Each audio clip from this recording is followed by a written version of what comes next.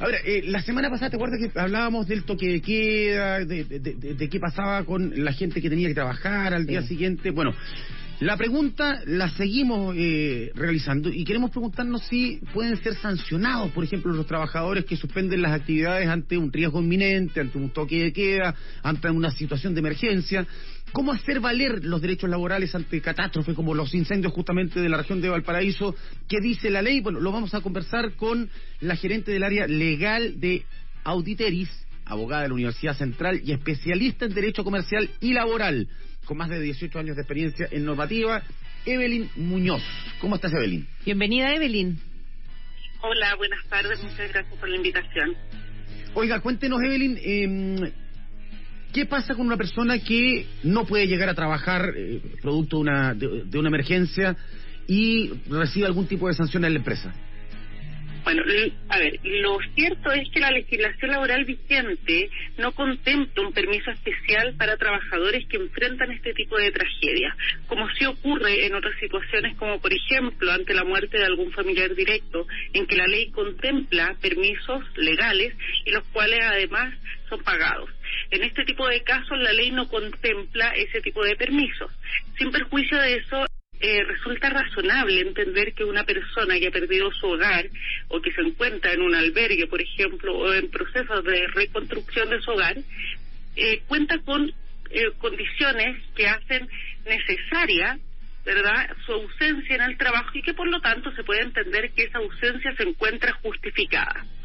Sin embargo, ahí es muy relevante que el trabajador dé aviso de esta situación a su empleador, que su empleador conozca de cuál es la situación que está viviendo él, y aún es más, se recomienda que hoy día, con las plataformas que existen, las plataformas digitales, el trabajador también pueda dejar una constancia en la dirección del trabajo de la situación en la que se encuentra y así evitar sanciones, ya que ante su ausencia, si el empleador no tiene conocimiento de estos hechos, efectivamente podría aplicar algunas de las sanciones que establece la ley para la desvinculación, para el término de contrato por ausencia injustificada. Ajá. Evelyn, me llama la atención, ¿por qué la ley no contempla estas situaciones? ¿Qué es lo que pasa a nivel más interno ahí? Bueno, hoy día se ha hablado de tener ciertas iniciativas legales, ¿verdad?, que permitan dar mayor certeza y mayor seguridad a los trabajadores y que no se enfrenten ante este tipo de situaciones que pueden implicar la pérdida de su empleo. No existe hoy una iniciativa legal que esté tratando esta materia. Increíble. Sin perjuicio de que todos los años tenemos situaciones como esta. No es la primera vez, el verano pasado vivimos algo parecido, hace un par de años atrás en el sur de Chile también.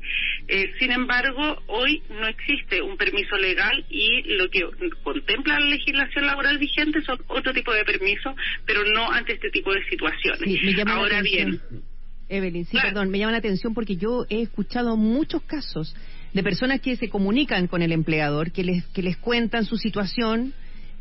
Hay distintas catástrofes, digamos, ahora obviamente está pasando esto de los incendios, pero hay distintas situaciones de catástrofe. Y finalmente estas historias no terminan siempre bien, no terminan siempre con el entendimiento del empleador. Entonces me llama la atención que finalmente estamos sujetos al criterio del empleador, así nos cree o no nos cree, porque hay situaciones que se pueden comprobar, pero otras no. Entonces, ¿qué pasa si yo digo, pucha, se llovió toda mi casa, por ejemplo, me inundé, tuve un problema en las cañerías y me inundé? ¿Y qué pasa si no me cree el empleador? Me puede despedir finalmente igual. Efectivamente, o sea, si se cumple el requisito que establece la ley en cuanto a la inasistencia, 2 días seguidos, 2 lunes en el mes, efectivamente podría poner término al contrato de trabajo, y este término de contrato implica un término de la relación laboral sin derecho a ningún tipo de indemnización para el trabajador. Qué tremendo, ¿eh? Efectivamente, el trabajador igualmente podrá reclamar de la causal de despido y exigir frente a los tribunales laborales el pago de las indemnizaciones que correspondan. Esto es la indemnización por megaviso, la indemnización sustitutiva de aviso previo y los recargos que contempla la ley por haber invocado equivocadamente, ¿verdad?, o por error la causal. Son sanciones que se establecen para el empleador, pero sin embargo la relación laboral ya se encuentra terminada, no existe una recontratación. Ya. Por eso es importante, igual de todas maneras pienso yo, ¿no?, como prueba, sacar fotos, grabar, tener en fondo material de prueba también, porque de alguna manera hay que hay que comprobar finalmente que es verdad lo que está pasando, lo que le está pasando al trabajador, digamos. Lo que exige la ley es que la ausencia sea injustificada. La ley no establece cuándo se entiende justificada o no la inasistencia. Y eso es algo que, ante la discusión, deberá ser resuelto por el Tribunal Laboral. Sí, sobre todo en un país que tenemos tanta tragedia consecutiva, digamos, pasa tanto que la gente se tiene que ausentar por alguna tragedia y que sería bueno que estuviera normado. Eso. Mira, por acá nos preguntan si es que hay alguna norma para funcionarios públicos afectados por catástrofe. Yo entiendo que no, ¿no? No hay una norma. Pasa más o menos lo mismo que estamos señalando en cuanto al régimen de contratos privados, que es lo que rige el Código del Trabajo. Siempre va a ser muy importante, y yo quiero ser enfática con eso, el intentar siempre la comunicación directa con el empleador o con la jefatura directa y dar a conocer estas situaciones. La verdad es que muchos casos podrían evitarse si se mejora la comunicación. Totalmente, pero no siempre se tiene buena relación con el empleador. Claro, efectivamente, pero claro, es importante vencer ese primer paso, ¿verdad?, de entregar esta comunicación y que el trabajador también guarde el registro de la comunicación que entregó. Eso es importante, Evelyn, recalcar eso, el registro, pantallazo, que la comunicación sea por email, que haya algún medio escrito también, porque a veces uno habla, ¿verdad?, te dicen algo que después se olvida, o que se tergiversa, o que se manipula. Hay que ponerse en todos los casos, entonces es importante que finalmente todas estas cosas queden por escrito.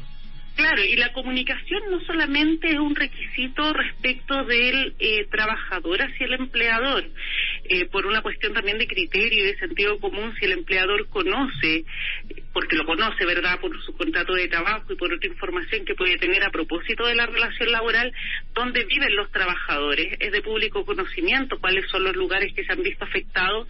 Lo que uno también espera es que sea el empleador quien tome contacto con estos trabajadores, no solamente para saber, ¿verdad?, cómo se encuentran, para justificar su inasistencia, sino que también para acudir en ayuda de ellos si es que es necesario. Sí, okay. Sí. Ahora, en casos excepcionales como, por ejemplo, bomberos que están trabajando en una emergencia, que evidentemente no reciben un sueldo de bomberos, pero sí trabajan en otras cosas, ¿están cubiertos por alguna parte o no? Sí, efectivamente, los bomberos están cubiertos. La ley 20.907 protege a los voluntarios de bomberos para suspender sus actividades laborales habituales y poder acudir ante este tipo de emergencia. Ya. Al menos bomberos está cubierto, digamos. Sí, efectivamente, ellos están cubiertos. Ya, perfecto. Pancho, ¿tenemos alguna duda, yo no sé, Evelyn, si a ti te gustaría compartir alguna información que te parezca valiosa, que a lo mejor se sepa poco o que no se sepa?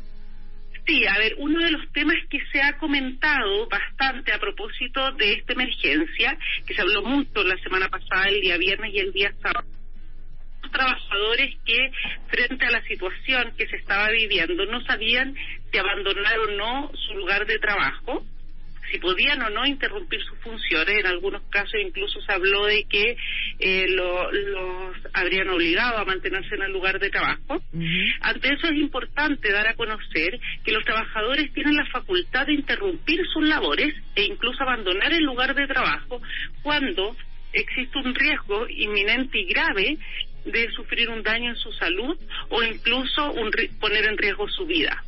El único requisito que establece la ley es que dé aviso a su empleador en el más breve plazo de esta situación. A su vez, el empleador tiene la obligación legal de proteger eficazmente la vida y salud de los trabajadores. Esto implica que ante una situación de emergencia, el empleador debe dar a conocer la situación de emergencia a los trabajadores, debe atenuarla en el evento de que esto sea posible y, si no es posible, evacuar a los trabajadores. Y para esto también deben cumplir con otros requisitos que establece la ley y que se imponen como obligación al empleador, que implica contar con vías de evacuación adecuadas, que los trabajadores estén capacitados de tal forma de proteger la vida de esto. Ajá. Evelyn, mira, acá nos hace una pregunta que no tiene nada que ver con el tema, pero tú ves que la puedes contestar o no. Tiene relación con un conflicto laboral, con una empresa subcontratista que no les pagan sueldo hace 3 meses. Dice que están sin sueldo hace 3 meses porque la empresa no tiene caja chica y pregunta qué acciones pueden realizar. No sé si puedes contestar eso. Bueno, a ver, con la información que me entrega en términos generales, lo que puedo señalar es que una de las obligaciones más importantes en la relación laboral por parte del trabajador es brindar el trabajo, y por parte del empleador el pago de las remuneraciones. Cuando esto no se cumple, el trabajador puede autodespedirse. Ya, ese es un trámite que se realiza ante los tribunales laborales, invocando como causal de despido el incumplimiento del empleador, y el trabajador, cuando existe un régimen de subcontratación, no solamente puede accionar en contra de su empleador directo, sino que también en contra del mandante. Y o la empresa principal. Ese autodespido hace que él no pierda el derecho a indemnización que exactamente, lo pierda con lo que la renuncia. Lo que reclama son sus indemnizaciones laborales. Ya. Perfecto. Bueno, Evelyn, te queremos agradecer. Evelyn Muñoz es abogada de la Universidad Central y además gerente del área legal de Auditeris. Un millón de gracias por estar con nosotros. Evelyn, perdón, ¿algún mail de contacto, algún teléfono, alguna página, Evelyn? Porque hay muchas personas que tienen dudas, que les gustaría despejarlas, por supuesto. Sí, claro, pueden ubicarnos a través de nuestro sitio web, www.auditeris.com. También estamos en todas las redes sociales, en Instagram, LinkedIn, tenemos también un canal de YouTube donde pueden encontrar información. Siempre estamos publicando información que puede ser valiosa para el público. ¿Puedes repetir la página web, por favor? www.auditeris.com. Auditeris.com, perfecto. Ahora sí, Evelyn, muchas gracias. Muchas gracias a ustedes, que tengan una linda tarde. Igual, igualmente. Un abrazo. Importante hablar de estos temas, Pancho, porque a veces uno no sabe, se pierde la información. Exactamente. No sabe qué hacer. Sí, y lo que decían, ojalá siempre dejar todo por escrito, todo. Siempre. Sí. O sea, siempre. El único medio de prueba de uno y otra parte, digamos, es el escrito. Siempre dejar toda la información por escrito, las conversaciones por escrito. Si usted habló por teléfono, entonces envíe mail inmediatamente. Bueno, según lo conversado, Te pido libre tal día. Todo tiene que quedar por escrito. Y si a usted le pasa alguna cosa, alguna catástrofe, algún incendio, algo que le imposibilite ir a trabajar, fotos, videos, pruebas, y siempre comunicarse con el empleador.